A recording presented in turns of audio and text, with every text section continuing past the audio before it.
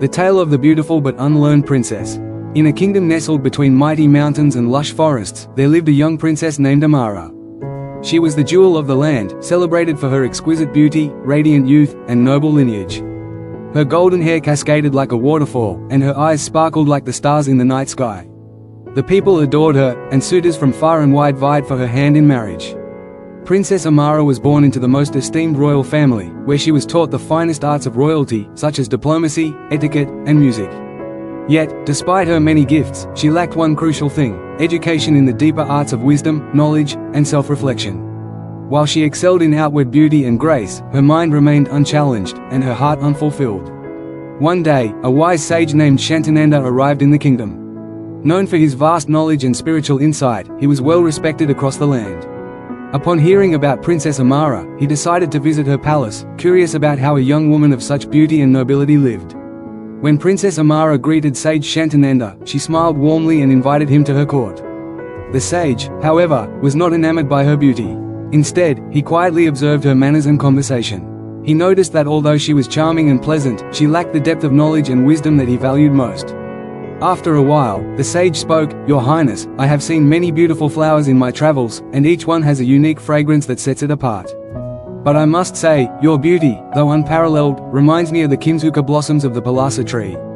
The blossoms are magnificent to behold, their colors vibrant and striking.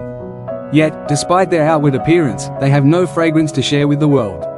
The princess, though taken aback by the sage's comparison, listened intently.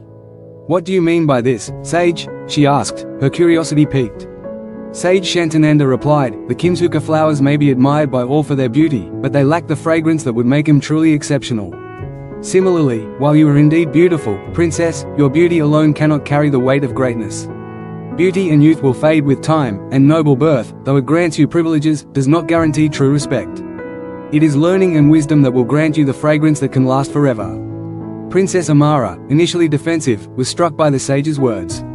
She had never considered that beauty alone could be fleeting or that the nobility of her family would mean little without wisdom. She had been adored by many, but never truly respected for her knowledge. Determined to change, Princess Amara sought out the sage's guidance. She requested that he teach her the arts of wisdom and learning.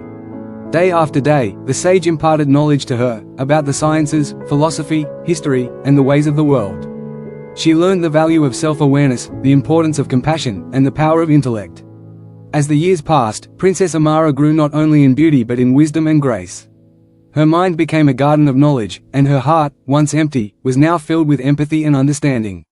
She became known far and wide, not just for her external beauty, but for the depth of her thoughts and the kindness she radiated.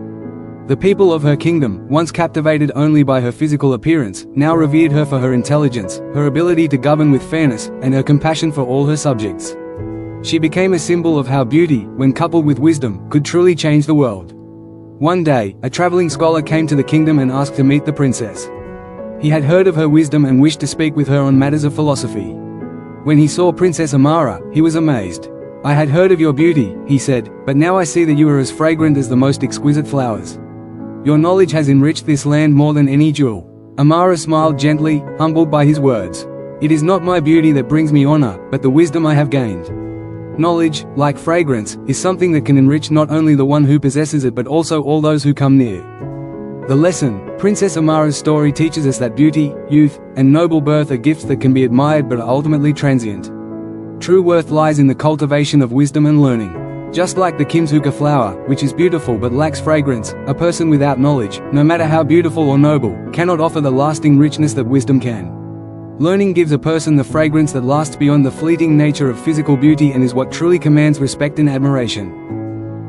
Thanks for watching. If you found this video insightful, don't forget to give it a like, share it with others who might benefit, and subscribe to the channel for more valuable content like this. Hit the bell icon so you never miss an update. See you in the next video.